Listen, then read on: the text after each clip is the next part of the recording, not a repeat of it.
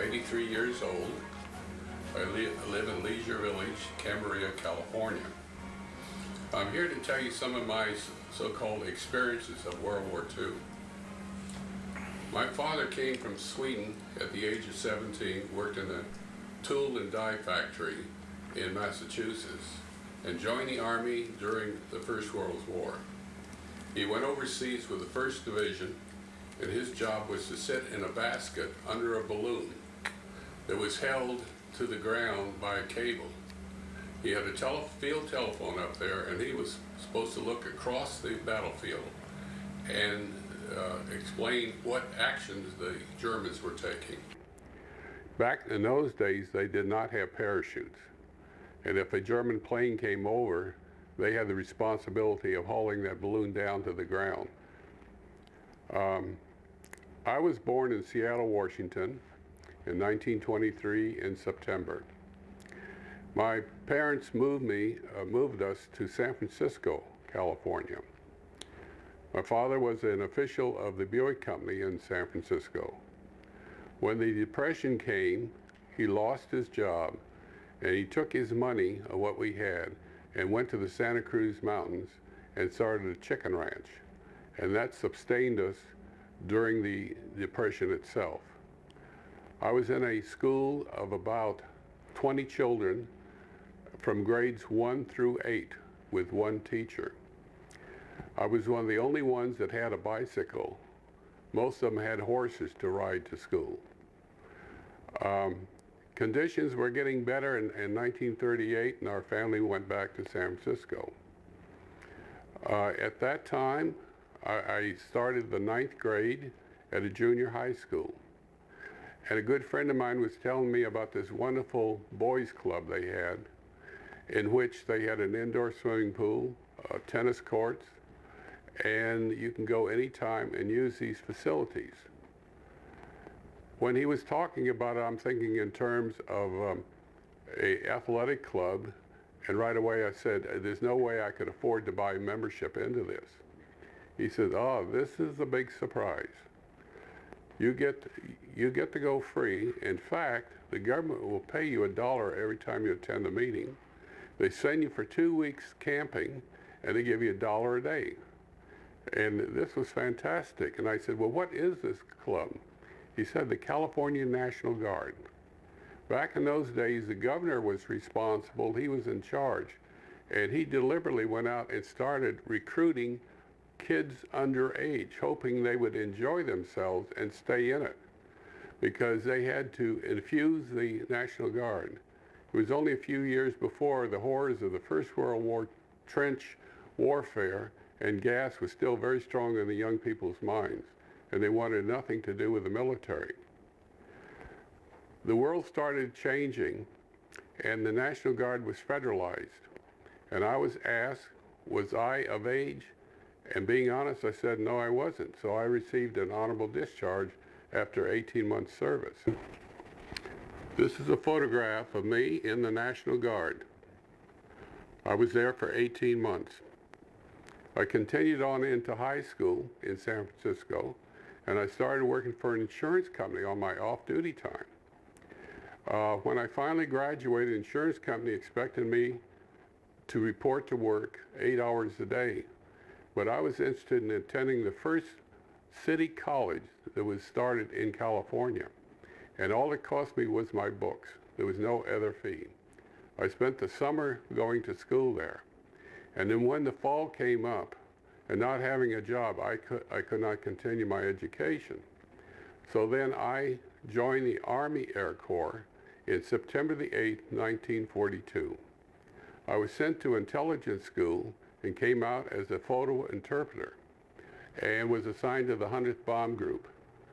And they were on their way overseas. And at the last second, I had a new change of orders to report to Topeka, Kansas. I arrived in Topeka, and nobody heard of this unit. And finally figured out there was a building isolated off by itself, and that was probably the unit. Well, that was true.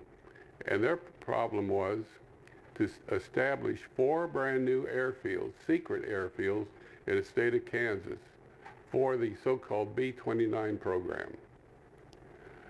Once I got into this unit, I was given a new job as a gunner instructor for the entire bomb group. There were 3 sergeants that did this. And then later they came and told me I was assigned to the advanced party to go overseas. And we would arrive at our so-called secret air base ahead of our unit and get working on the field itself. So late one night, we were taken off the field and put on a train and traveled across to Virginia to a campground called Patrick Henry out in the woods. After a few days, we were put on a train down to the airport, down to the shipping area, and we boarded a Liberty ship, which was carrying both bombs and trucks. We joined a huge convoy going down the East Coast. Our ship was the first in line on the extreme right, and there were 7 rows of ships across from me, and ships were coming over the horizon. Our protection was 4 Canadian gunboats, and during the daytime, the Navy sent over blimps looking for submarines. It took us 21 days to cross the Atlantic. In the first 3 days, we ran right into a storm. This was in February of '43. And we fought our way through that storm. I was one of the very few that never got sick, which was surprising. We landed in Oran, Africa, and I was there for 2.5 months waiting for further transportation. This is a ship we boarded. It was a Dutch ship built in the early 1900s. The orders were given when the Germans were about to invade Holland to move this ship out over to England, give it to the English before the Germans got it. So they only had part of their crew, and most of the equipment had broken down. In order to recruit new members, they went into the jails and got volunteers, anybody that would sign up for this trip and lasted out the war. They were going to give a clean bill of record. That trip, we ran into a number of unusual difficulties. A lot of the equipment was broke. The English could not afford to salvage this ship. They could not afford to put it in dry dock and repair it. They desperately needed ships during the war. Now, our cook was a man who had murdered his wife, poisoned his wife. So with that background, they made him our cook. This poor man could hardly boil water. So we had many incidents of bad food on the trip. So I complained to the British. I said, "We're Americans. We drink coffee." "Oh, this is good. We serve it to our babies." So anyway, they gave us coffee for 3 days. If I thought the tea was bad, the coffee was impossible.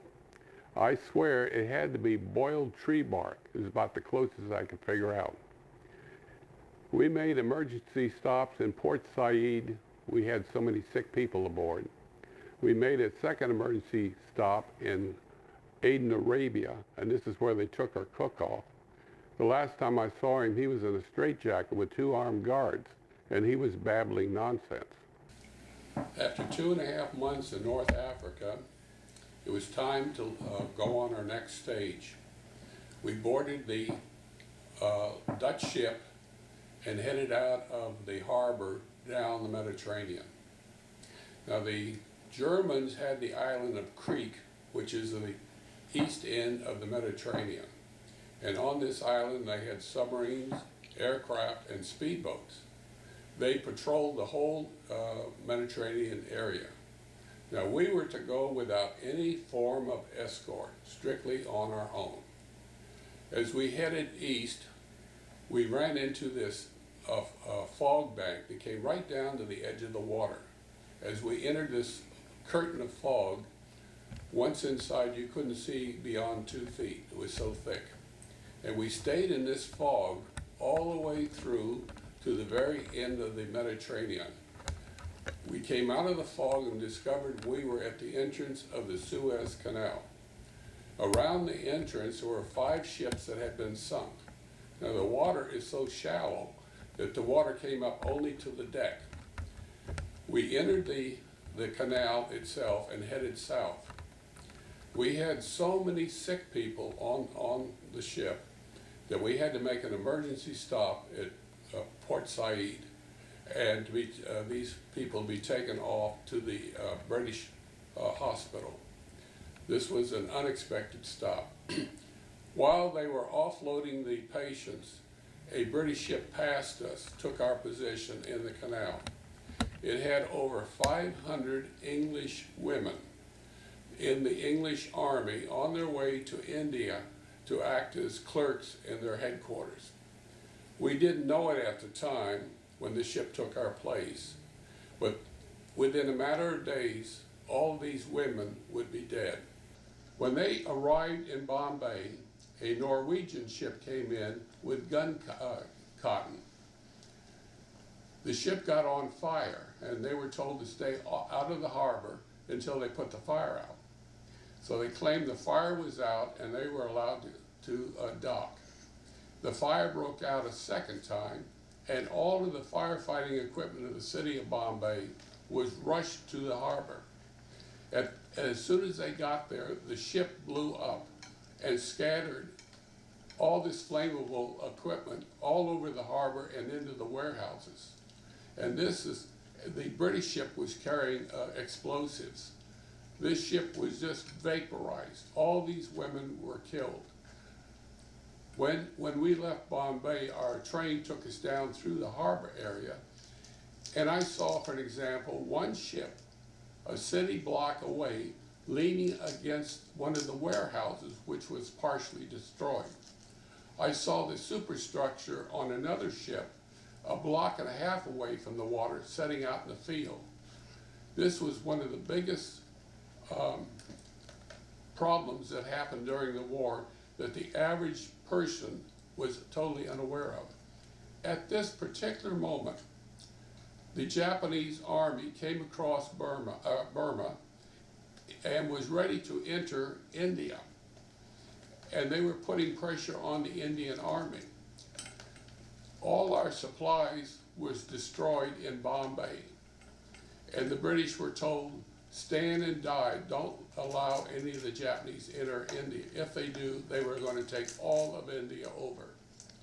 So they were able to hold them off. In the meantime, the Japanese supplies were not catching up with them at the front.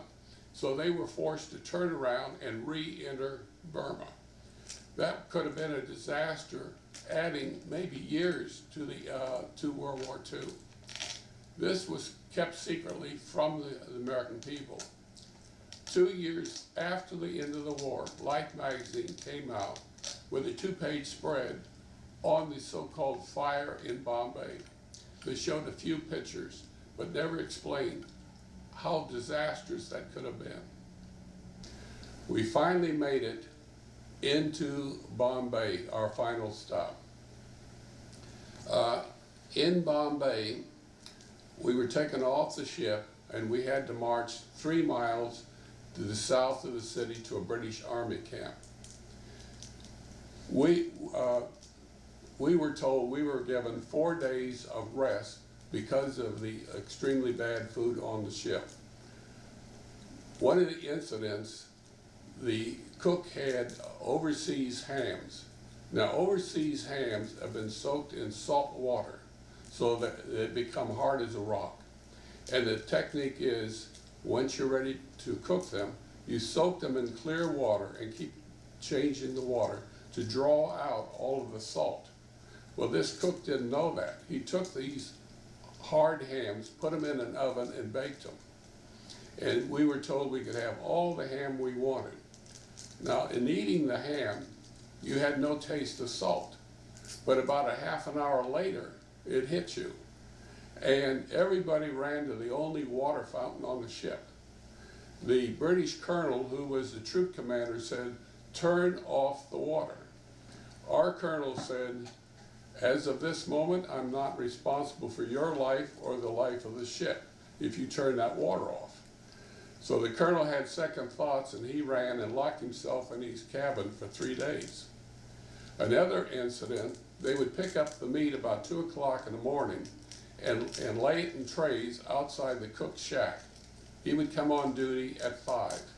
By that time, going through the tropics, the meat turned black, and this is what they were cooking for us.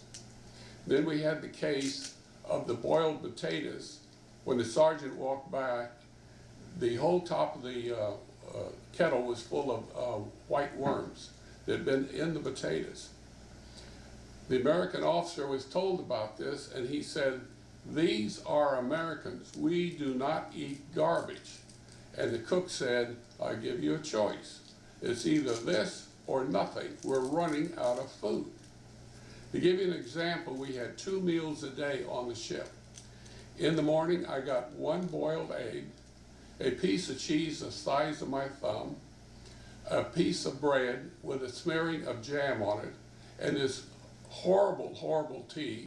When we got to India, again, a fleet of ambulances were waiting to take our sick people off the ship. We've all heard of the untouchables.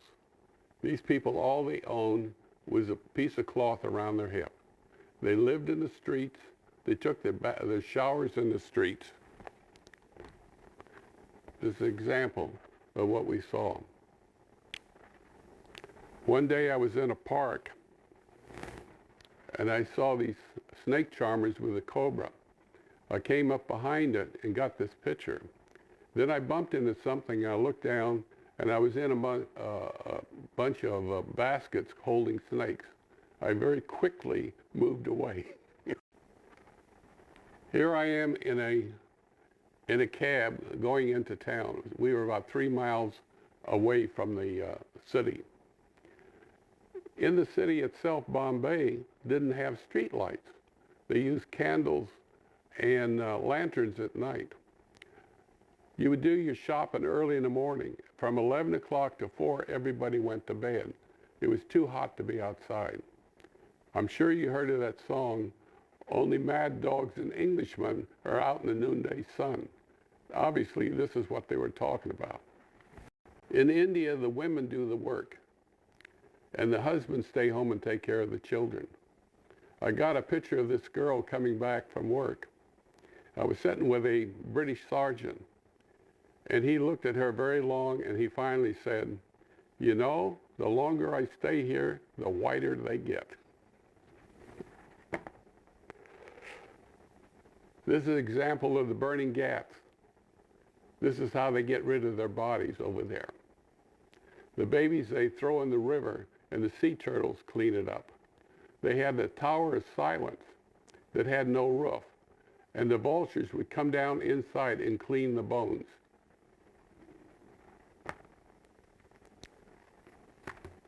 This is a typical street scene in India using animals. And of course, we've all heard of the sacred cow. Nobody would dare hit that cow. He could come in and eat all the fruit in the vegetable stand, and the man would just simply take it, because this was a sacred symbol of India. On the second night there, I had a snake get in bed with me. Our cots were out on the porch since we got there so late. And we had a blanket and a sheet, and we slept in our shorts and no sheet over us. And I started feeling this rough rubbing on the back of my leg and discovered there was a snake in there. Well, I quickly got out of bed. A couple days later, the first sergeant says, "We're sending you to China. The Chinese government is building an airfield for us so we can bomb Japan." This is flying the Himalayas. This is the highest range of mountains in the world. Now, the one group that I really looked up to were the combat crew members that flew cargo into China. They lost over 400 airplanes during the war and over 2,000 crew members. They were in these old planes, way overweighted, and no protection whatsoever. Here we are in China. It took 70,000 coolies to build our airfield by hand. The most amazing thing I ever witnessed. In this case, you see them rolling this huge roller to compress the soil on the runways. You see a B-29 coming into China, and you see the crews over on the side. Little kids 15 years of age have the job of taking the stones out of the river and cracking them into gravel. Everything was done by hand. This is Kunlai, China, a village just outside of our airfield. Now, we had the runway and two buildings, the control tower and the intelligence building. This is where I worked on the runway. We had a village 2 miles away, built like a Chinese village, and scattered across the country. There was no fence around it and no guards. They didn't want to give the impression of a military encampment. Here's the back alley in Kunlai. You can see how primitive the people are. It was the first combat mission in China going to Japan. And these are the navigators plotting out their positions. This is a crew at night getting their final instructions.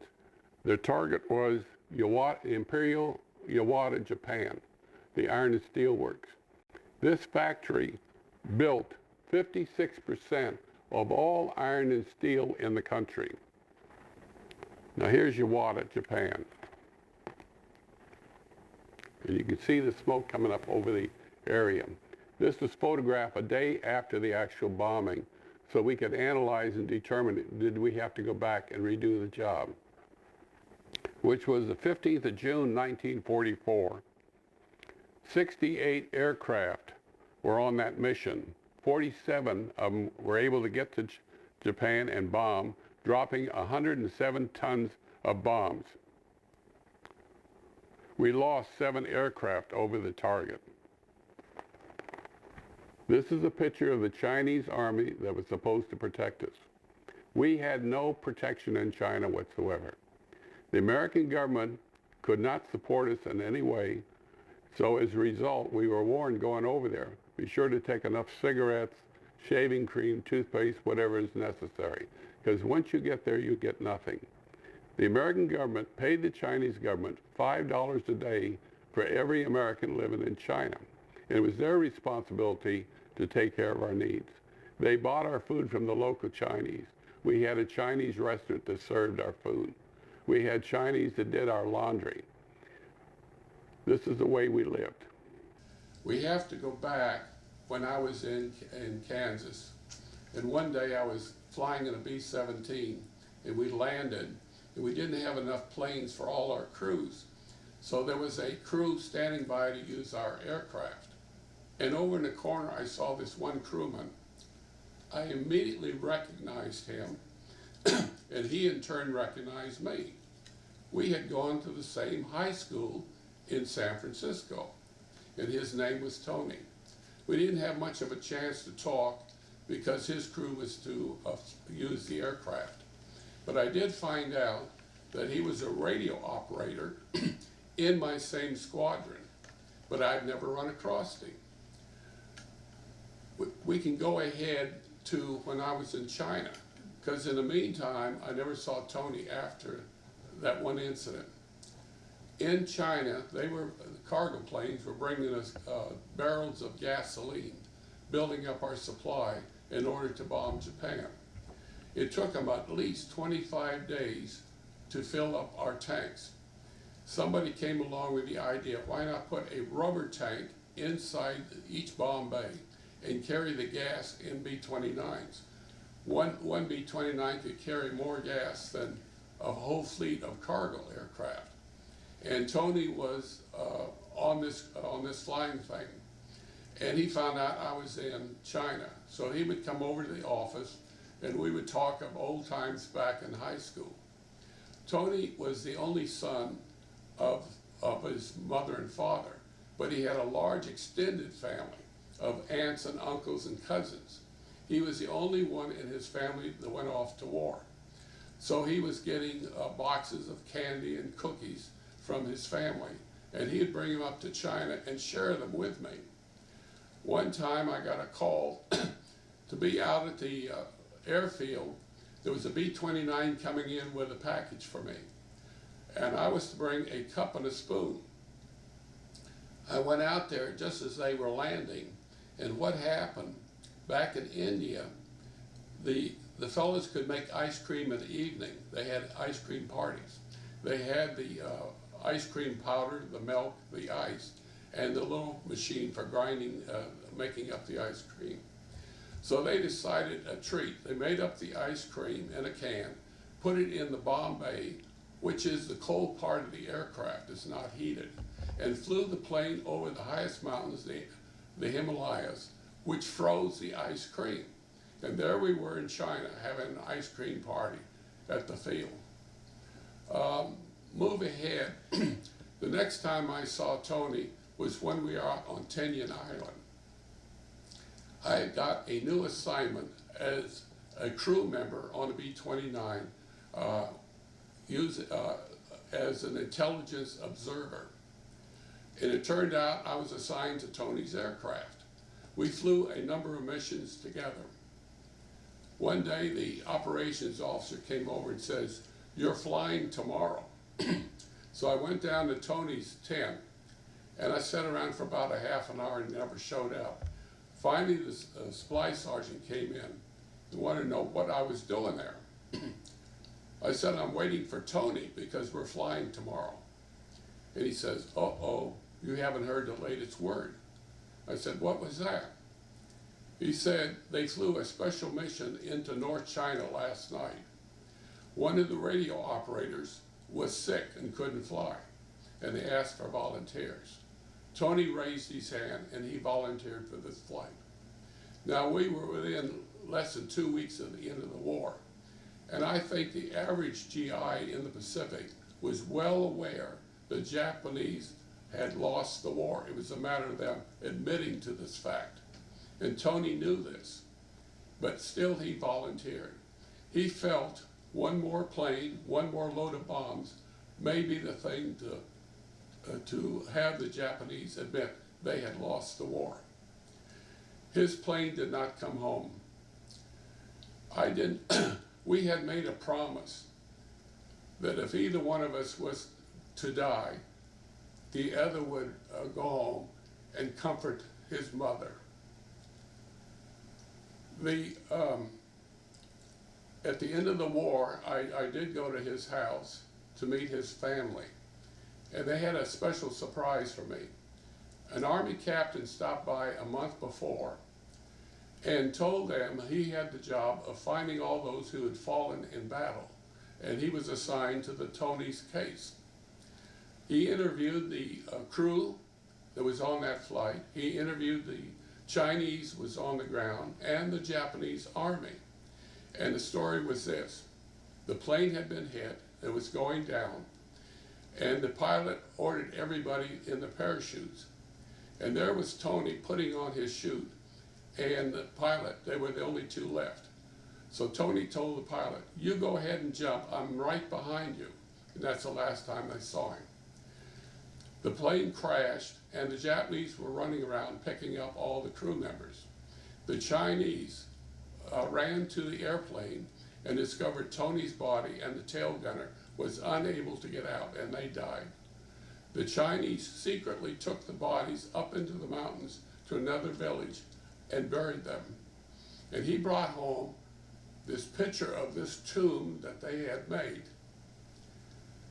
The chief of the village sent word back, "Please leave them here. They are the good spirits of our village for our protection." And this is what I found out about Tony.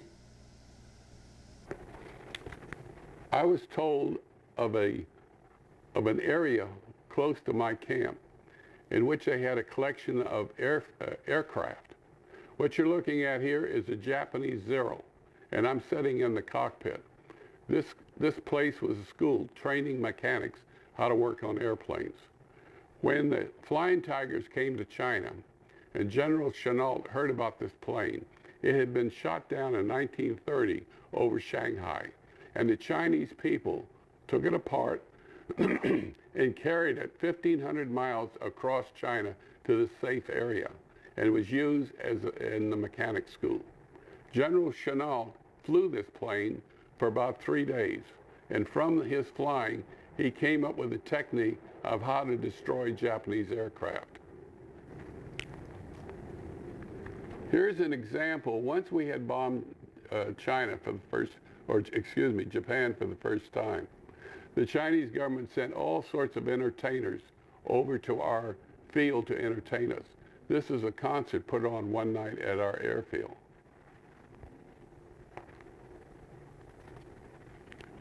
One of my duties was to take classified documents to our wing headquarters, which was about 65 miles away. And I had to cross 2 rivers. In China in those days, rivers did not have bridges. I would honk the horn, they would bring the barge over, lay down planks, and I'd drive up on the barge, and they'd drive off of it on the other side. If I wanted to travel on my own, it was by rickshaw. And this guy would actually pull me 5 miles to the nearest walled city. Now, our B-29s basically were in India, but they bombed targets all the way from Burma, all the way south to the oil fields, to Singapore. Where my finger is pointing is showing the world's largest floating dry dock. The British had built this just before the war. It took them 6 months with 3 tugs bringing it from London all the way out to Singapore. Within a month or so, the war started and the Japanese got full use of it. We had just bombed it, and you could see a ship inside. The whole thing was taken underwater. Where my finger is pointing is a Japanese destroyer in the harbor at Singapore itself. This has a very interesting story. This plane came out of the factory in Seattle, and a combat crew was waiting to board it. They immediately got on board the ship, took it off, going their way to India. They arrived in India when our unit was getting ready to go to China to bomb Japan. They joined the group. They went to China, got their mission information, and flew over to Japan. Little over 30 hours from the time this plane rolled off the assembly line in Seattle, it was dropping bombs in Japan. This information was given back to the workers to explain to them how important what they were doing for the war effort and how quickly their equipment was being used. I got orders to return to India in the fall of '44. I got a ride on a B-29 returning home, and the pilot says we're going to do something entirely different. Instead of flying west over the Himalayas, the highest mountains in the world, we're going to go due south and then west over central Burma, and we're going to go at treetop level. I was sitting in the back looking down a few feet above the trees, and we came to a pasture area. As I looked under the pasture area, there was a whole squadron of Japanese Zeros, wingtip to wingtip. Fortunately, we passed over this field at noontime, and I suspect everybody was in the mess hall. We arrived safely back in India. My orders were start packing. We're getting ready to leave this command. In the meantime, B-29s were coming from the States to the Mariana Islands, which is only half the distance where we had to fly from India to Japan. When we flew from India to Japan, 90% of the land we passed over was under control of the Japanese. We lost combat crews, had no idea whatever happened to them. In the time we were over there, one combat crew walked 3 months across Burma with the help of friendly natives. He was the only man we ever had to come back to our unit. But in the Pacific, it was going to be a different story. We left India on this ship. This was a Navy troop carrier, and it was built less than a year previously.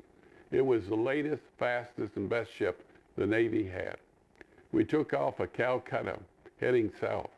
Now, as we were leaving, Tokyo Rose got on the radio and said, "We know the B-29s are leaving the Far East, and we already alerted our submarine force, and they will be standing off of Calcutta to escort you to the bottom of the ocean." This ship was so fast, it had no escort. We had no planes overhead. We had no other ships. We crossed the water so quickly. We got all the way south to Australia, then headed east, and we spent one day in Melbourne, Australia. Then we went up through the different islands in the South Pacific. Our ship then went up the east side of Australia, heading north through the South Sea Islands. Now this is all what you've heard of. You can look out in any direction and you can see either a sandbar with a single palm tree on it or a large island. We passed through two islands. The one on our left, they were having a war going on. You could hear the rifle, the machine guns, the bombs going off. And there we were, sitting on the ship, taking sunbaths and playing cards. It was sort of a hard world to understand. And stopped at the Manus and the Papaya area, New Guinea, Yap, Ulysses, Micronese, Guam, and Tinian. Told we're going to pass Yap Island at 10 o'clock at night, and we were to be absolutely silent. No smoking on the deck. No lights were on. The ship was moving slowly. Only steam, not black smoke, was coming out of the smokestack. The ship was actually heading in the channel to the southeast corner of Yap Island. We passed so close that I could see bonfires on the beach, but I couldn't see anybody at the beach itself. And we silently continued on north. We stopped at Ulysses. When I got to Ulysses, there were battleships tied up row after row of battleships, cruisers, submarines, you name it, all the ships were there. There was nobody aboard. It was absolutely silent. And this was a strange situation. I later learned this is a major naval base in the Pacific. The ships would come in, be resupplied with food and ammunition, and then head out again. While they were in port, the sailors were allowed to have beer parties or picnics on the beach. It was the only time they got a chance to get off the ships. 3 days later, the puzzle was answered. We landed in the south of Japan and on the last major battlefield of the Pacific War. And those ships had assembled there for that battle. Actually, the personnel were on the ship, but they were locked up downstairs and told to be absolutely quiet. They didn't want the Japanese to know what was going on. We made a stop in Guam, which was to be our last stop, but was told the construction of the airfield was so far behind, we had one more day trip to go up to Tinian Island, and that's where we went. The next day we arrived at Tinian, and the Navy put cargo nets over the side of the ship, and everything we owned except our barracks bags was put on our backs, and we went down the side of the ship and got into landing craft and was taken over onto the beach. The trucks took us up to the north end of the island. The extreme north had the largest known airfield during the war. They must have had between 5 or 6 bomb wings. Each bomb wing has 4 bomb groups. Each bomb group has 4 squadrons. As far as you could see was nothing but B-29s. We were given a new airfield called West Airfield for our entire wing. We arrived at the nation, which was an open field, 3 sides with sugar cane. We were told, don't go close to the sugar because Japanese soldiers can hide inside. You can't see them, but they can surely see you. There was only one building that was finished. It was the latrine, which had toilets, sinks, and showers. We had 2 blankets, and most of the people slept on the floor of the latrine or on the cement foundation of our future mess hall. I was, being a sergeant and having some time in, I knew the ways of the military, and I had removed a sea hammock from that Dutch ship, and I had used it as a bed crossing India 5 days on a train. I also used it on the island. I had it tied up in an oak tree, and I told the armed guards, if you hear any noise in the oak tree, don't fire, because I'm up there sleeping. So I had a nice clean bed for the next 2 weeks. I got a 3-day pass and went over to Saipan Island. And you saw war equipment scattered all over. On the top of a mountain, a flat area, I never saw so many airplanes in storage in my life. Every imaginable airplane was up there, nose to tail. I was told they're stocking these planes there for the invasion of Japan. The invasion of Japan was to be October of '45. On our own island, there was a large field of nothing but Army trucks and Jeeps. Again, this was being stockpiled for the invasion of Japan. This is an example of the aerial gunners entering the back section of a B-29. One of the things we did, one B-29 would fly to Iwo Jima. The war was over, so we stockpiled P-51 fighters on Iwo Jima. And the B-29 acted as the mothership because she had navigation. And she would herd a group of these P-51s all the way to Japan. And she would circle off the coast when they went in and did their mission. Then when they finished, they'd come back and pick her up, and she would escort them back to Iwo Jima. This is an example of some of the bombs we used. This is a 2,000-pound bomb that I'm setting on top of. The great thing about Tinian, we had all of this equipment which was not available in China. We couldn't run a mission until we built up our gasoline supply. But in Tinian, we had all the gasoline we needed. As a gunner instructor, we built this range out on a cliff. And you can see they had trap shooting, and they had part of a B-29. They could get in and fire the guns out at sea. Okay, I told you I had a new assignment besides being a instructor for all the gunners. When we got to Tinian Island, I was assigned to a combat crew, which turned out to be Tony's airplane. And I flew a number of combat missions over Japan. Most of the missions lulled me into sort of a deep sleep that nothing was going to happen.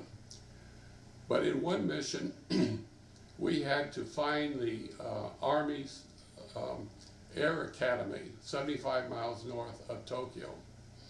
And we're flying out there looking for this place, and we ran into a summer storm. We had thunder, lightning, high winds. Our radar went out. We were totally lost. The target was never lighted, so we couldn't find it. So we turned and flew out over the ocean, because usually the weather is better over the water than it is on the land. Our radar came on, and we discovered we were on top of the U.S. Navy, who was coming down the east side of Japan. We immediately turned around and headed back into the storm. We didn't want those sailors thinking we were a Japanese bomber up there. We're back in the storm. We never found the original target. We never found our secondary target. And we finally just dropped bombs on a village and headed home. Another mission I had was inside Tokyo Bay, a small town just east of Tokyo on the bay. We discovered the Japanese were taking troops from northern Japan by train down to Tokyo Bay. Then they would get aboard ship and go down the Tokyo Bay into the inland sea and on the way to the south. This was the final battle in Japan. We wanted to stop them, break this situation up. So we bombed the railroad yards. Now it was total darkness at that night until we came within the area of the target. It was well lit. I could look down and I could see box cars on fire. I could see warehouses on fire. The whole area was lit up. And I could see twin-engine night fighters circling around looking for cripples. we were able to pass through the area, drop our bombs, and head home. The last mission I flew, looks like the bad times was catching up with us. We come up the inland sea just as a Japanese ocean liner was coming down. It had no guns aboard. We were that low I could look down and see the ship. And it had 5 minesweepers circling around it to protect it. As soon as we came up to it, all the minesweepers took off. The big ship could not maneuver that easily, and they were forced to go south. We, of course, had orders to hit the target, and we could not drop bombs on this ocean liner. But we sent a message to the Navy warning them the ship was on its way south. I happened to look out the right side, and it was a Japanese fighter off our right wingtip about a half a mile away, at the same altitude and the same speed. Before I could give a warning, he dove down into some clouds and disappeared. I soon realized what he was doing. He was sending down our altitude and our forward speed to the anti-aircraft guns on the ground. All of a sudden, an explosion in our front right bomb bay. An anti-aircraft shell exploded there. Then, as I looked through the bomb bay doors, I saw the last Japanese aircraft carrier sitting in the harbor.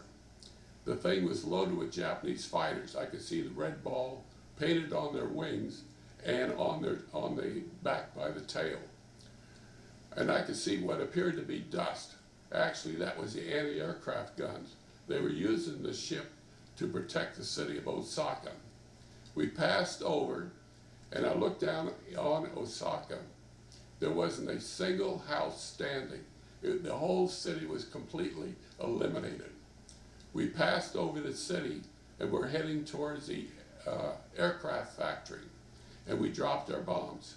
I could see holes appearing in the roof, and about 3 seconds later, a huge explosion.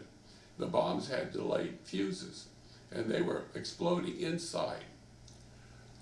We left the target and headed back out overseas and started to climb. Now, one of the secrets we discovered during the war was the jet stream. This was a stream of air at high speed. It was a river of air. And if you got inside of it with a tailwind, you would increase your flying speed by an extra 100 miles per hour. That meant we got home sooner with less gasoline. As we got up over 10,000 feet, we discovered our oxygen system had been destroyed, and we could not go up to 30,000. We could not take advantage of that wind up there. So we had to fly at a very low altitude. The navigator said, we also lost a great deal of gasoline, and we could not make it back to Tenya. Possibly Iwo Jima, but not Tenya. So every hour on the hour, they would hold a conference. How far did we go? How were we doing? Finally, somebody in the front hollered, I see it. And everybody said, you see what? He says, I see Mount Suribachi on Iwo Jima. It's ahead of us to the left. We're going to make it. At that moment, we were surrounded by B-29s. They were coming down from 30,000 feet down to where we were. They had to make emergency landings at Iwo Jima. They were firing their very pistols, which sent out a ball of smoke. The color of the smoke indicated that they had mechanical problems, they were running out of gas, or they had dead or wounded and had to land first. We joined this long line of aircraft, and we were able to land. The pilot asked me and one other fellow, go outside and check the airplane, see if there was any damage. We went first to the bomb bay where I saw that explosion. And to my shock, I realized that explosion had to bounce off of some of the bombs inside in order to punch a hole back where we were. We followed the wingtip out on the right side, and on the left side, excuse me, between engine 3 and 4, the leading edge of the wing was gone. It was about a 1 foot square. We looked at each other in shock.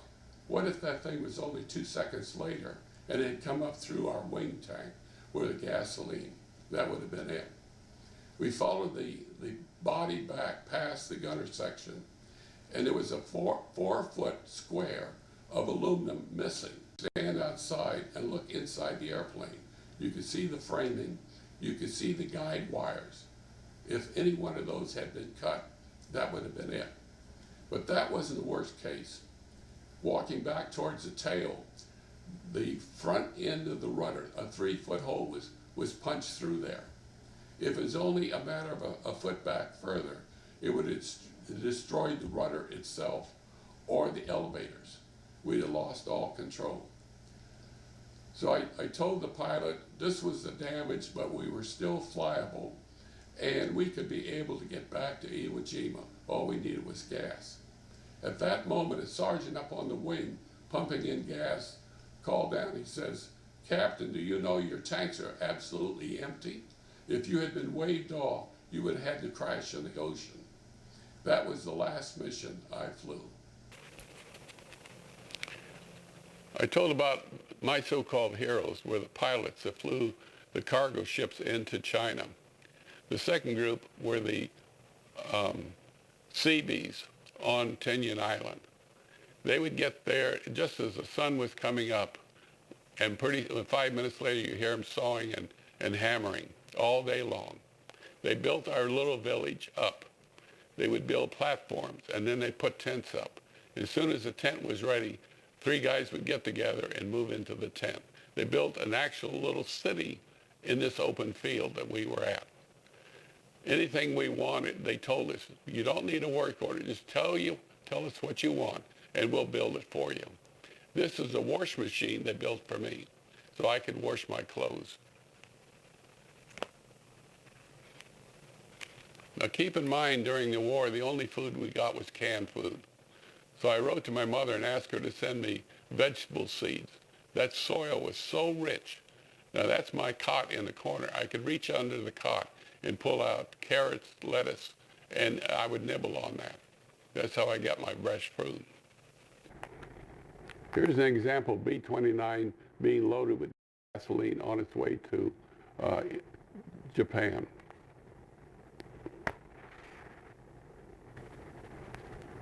This is a picture of Tokyo. There's hardly a house being shown here, completely destroyed. Before being in intelligence, I was aware of a lot of things that the average GI wasn't allowed to know. For example, we broke the Japanese code, Army code, right after Pearl Harbor. And many times messages would come across my desk. I got one day. A Japanese major sent a message down to the 8th Fighter Squadron, and he said, effective tomorrow, you've been redesignated as the 8th Kamikaze Fighter Squadron. Now here's where the government was saying to the pilots, you must commit suicide. That shows you how desperate they were. The war ended, and the first job was to get food and medicine and clothing to our prisoners of war. And here's an example. They took these large containers, put them up inside the airplane, and flew them to the different prisoner of war camps. If you look closely, you can see the shadow of a B-29 over this industrial area. And you can see on the building, they painted Yorktown. This was the crew. When the Yorktown was sunk, this is what happened to the crew. So they warned us not to bomb their compound. Our colonel took a B-29 after the war with a small crew and a jeep and flew it to Kawasaki in Japan and landed there. And he told the commanding officer, your neck is on the line, you must protect this plane, put armed guards on it. And then they took off. They were heading towards the prisoner of war camp north of Yokohama. Our commander, Colonel Carmichael, was shot down on the very first mission, and he'd been locked up for over 1 year. He was not at the prisoner of war camp, so then they drove down to Yokohama and took a Navy ship out to the fleet. The entire U.S. Navy was sitting inside of Tokyo Bay. Only a few key people were allowed to get off the ship during those 2 weeks. And they found Colonel Carmichael. Here he is here. He had lost 75 pounds while he was in the prisoner of war camp. Now keep in mind that the death rate in a Japanese prison was twice that of what it was in a German prison.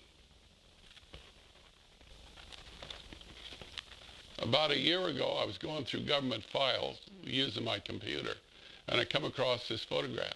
This is Colonel Carmichael. What a surprise. He disappeared after the Second World War, and he was in the Korean War, and then he disappeared. In all those years, he was working for the Pentagon on many advanced ideas, and he was just about ready to retire. It looks like he's regained his health, and he had gone from a colonel to a major general, a 2-star general.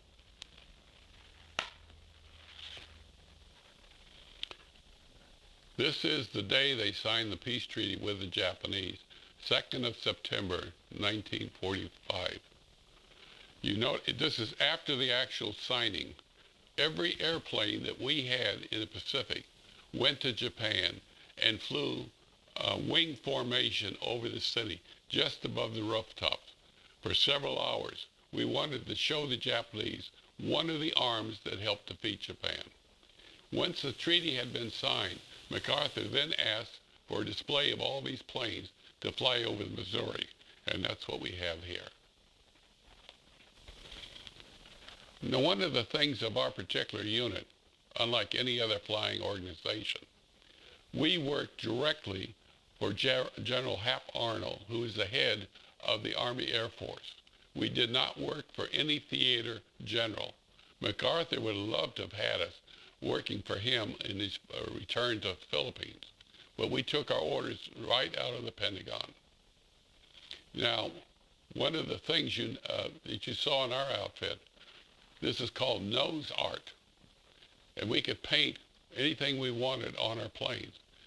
You might see other units that have, the Flying Tigers had the shark face, and some of them would have the name of their mother or girlfriend on, but we actually had paintings on all our airplanes. This was called nose art. The chaplain went out to the field one day and he saw all these pretty looking women. He says, one thing you're going to have to do is paint pants on these women before they go back to the States. We'll give you some statistics of the B-29s. They flew 100 million miles during the war. We lost 512 B-29s in China and the Pacific. 494 were lost in combat, and 250 were lost training in the United States. We lost our crews in combat action. We lost 576 B-29 crew members. We destroyed 704 Japanese airplanes and damaged 770 airplanes. The B-29 effect on Japan, 65 cities were destroyed, 602 major war factories. We destroyed 1,250 tons of shipping. We destroyed 83% of the oil refineries, 75% of the aircraft engine, and we destroyed over 2,300,000 homes. The fire rate on Tokyo, 334 B-29s, caused 1,500,000 homeless people. We destroyed 16 square miles, was burnt in one raid alone. 83,000 were killed. So we made a major contribution to the war. The war has ended. One of the things the government had done in their war contracts, that any equipment built in the United States and sent overseas would not be returned to the United States. Could you imagine what would happen if they brought all the Jeeps back and sold them at $250 each, and the car companies would have been out of business? Nobody would want to buy an American car. So that was the reason for that law. So here are ships coming in loaded with equipment, and nobody was there to make a decision. They couldn't go back to the United States. What do you do with this equipment? Do you throw it overboard? Do you put it in warehouses? Do you destroy it? What are you going to do? So there was a period of confusion there. And that meant all those ships were not available to bring the troops home. We were taking all our material, like cloth material, uniforms and all, putting them out in the field and pouring gasoline on and burning them. I saw them line 5 trucks up on the edge of a cliff, and the driver in the 5th truck would push the first 4 over into the ocean. Now these are brand new vehicles that didn't even have 10 miles registered. I saw them take airplanes, cut the engines out, and stack them up like firewood. They were destroying all this equipment. The crews that had the B-29s, they had, of course, the highest number of points to go home, and they were leaving back to the States with the aircraft. I was given a new order. Orders were cut, making me the customs agent for the government. It was my job to go out and inspect the inside of the airplane and their clothing, be sure they were not taking back any material that was against the law to bring in the United States. So the crews were going back, but the ground crews were sitting there, waiting for a ship to pick them up. Actually, they didn't come home until just before Thanksgiving. They finally found the ship for them. The first sergeant called me over and he said, "You're going home tonight." Well, that sort of floored me. How was I being picked to go home? You know, I had 1,000,001 questions. He says, first of all, although you are considered ground crew, you had flown combat and had more points than anybody in this entire wing in the ground crew. So you're first in line. Secondly, you're a qualified gunner, and we're short one right gunner on one of the B-29s, and that's how you're going home. So we took off at midnight, and we flew all night, going south to Kwajalein Island, down at the most southern end of the Pacific area. We landed there the next day, rested, got food, and took off again at 5. Now, 2 weeks before, one of our bombers was down on Kwajalein Island, and in his takeoff, there was a large bump in the runway that threw the plane up into the air, but it didn't have enough air power, and it came down pancaked into the ocean, and all of them on the crew were killed. So this was in the back of our minds. The pilot kept running our engines up several times. Obviously wanted to be sure we had enough power. We finally rolled down, hit the bump, thrown into the air, but we had the power to climb, so we were going to make it. The trip from Kwajalein to Hawaii was the longest trip. So the Navy had put a ship on station at the halfway point, and it sent out a radio signal. So any planes going home would come into that area and pick up the signal. Then they would fly directly following the signal to pass over this Navy ship and take a new navigation position on their way to Hawaii. As we got over the ship, the radio operator was talking to us, and he was explaining that they were in the middle of a winter storm. The ship was rolling from side to side and dipping up and down. His chair had been bolted to the floor, and he was holding on for dear life. And this was a shock to us, because we were up at 30,000 feet, and you couldn't have found a more pleasant trip in the world. The air was warm and smooth, a million stars out there. It was a fantastic trip. We got to Hawaii and were given 3 days rest as they checked over our aircraft for the final run. We left at 5 o'clock going east from Honolulu over the hills to the pineapple fields and then north and crossed over the North Beach heading towards California. I got up the next morning and was having my coffee sitting in the front and looking out over the window. And off in the distance, I saw looked like a rough pencil mark on the horizon. That was my first glimpse of California. Just to the north, I could see the twin towers of the Golden Gate Bridge. All of a sudden, without warning, the pilot made a sharp left turn and started flying away from our track. Well, at that moment, anybody who was asleep roughly woke up, and the others all are on the radio. What's going on up there? And the pilot says, don't worry about it. We're under a wartime rule. No aircraft or ship can approach the California border before 7:30 in the morning. We made good time last night, and we got here at 10 after 7. So we're going to have to stay out here over the ocean flying lazy 8s until 7:30. Otherwise, we're going to alert all the anti-aircraft guns along the California coast and all the fighter squadrons, wondering who we were. So at 7:30, they said, okay, we can go to California now.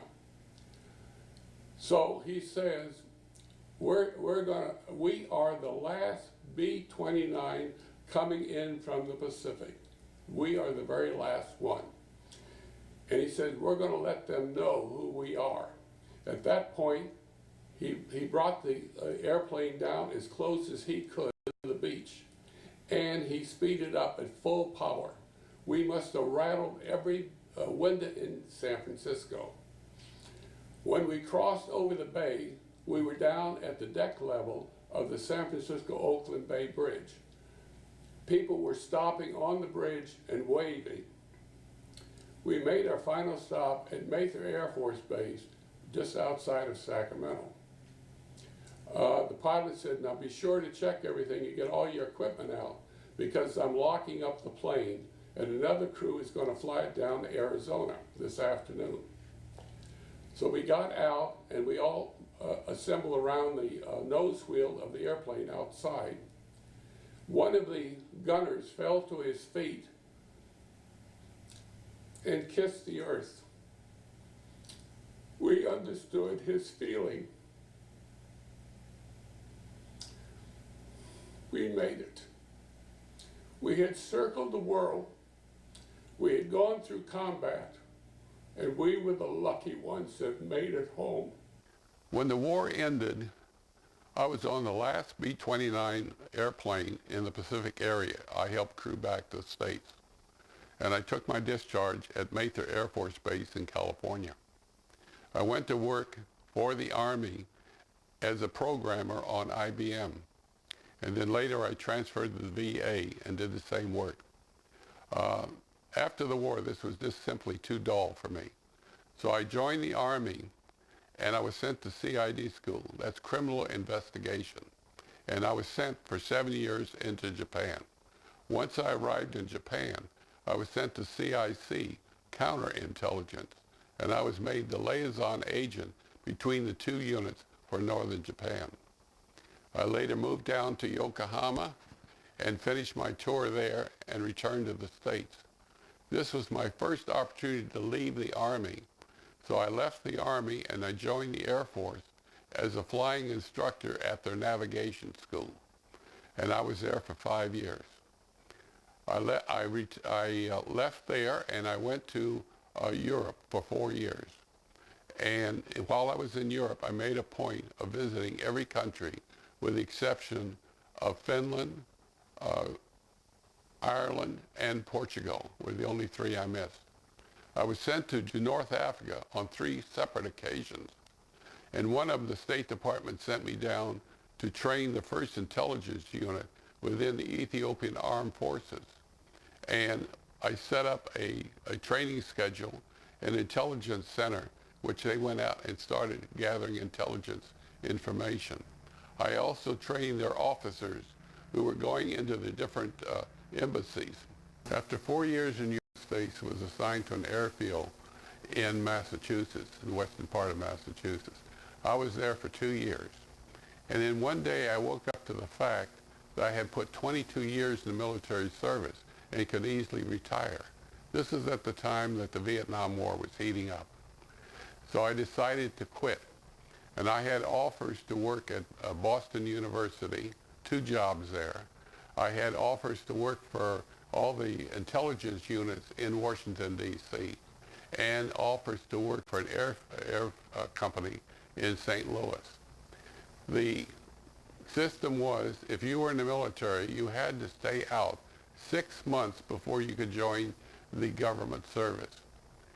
But the Secretary of the Navy sent a waiver down saying he needed my services immediately, and 4 days after leaving the Air Force, I went to work as a civilian photo interpreter for naval intelligence. I was there for 12 years. I then finally retired for the second time, leaving government service with 35 years of military service. I talked of my service during World War II. I spent 7 years in Japan with the Army, came out and joined the Air Force, which was a separate unit at that time. And I spent 5 years at Mather Air Force Base as a photo interpreter at the navigation school. I then went to Europe, and I spent 4 years in Europe. The State Department sent me to Ethiopia, and I was in the Ethiopian War, in which this medal was the golden medallion that I received from Emperor Haile Selassie. I won the Air Medal for combat flying over Japan. I flew 5 combat missions. I won the Commendation Medal twice. I won the Air Force Outstanding Medal with 4 clusters. My Longevity Medal. I received the Presidential Unit Citation twice. And of course the Good Medal from both the Army and the Air Force. The National Defense Medal, a Good Conduct. This is a campaign medal from the American side, and a second one, the Silver Medal. I won this medal serving in Europe, Africa, and the Middle East. The Victory Medal, the Occupation of Japan Medal, the Korean War Medal, the United Nations Medal, and a special medal from the Chinese government.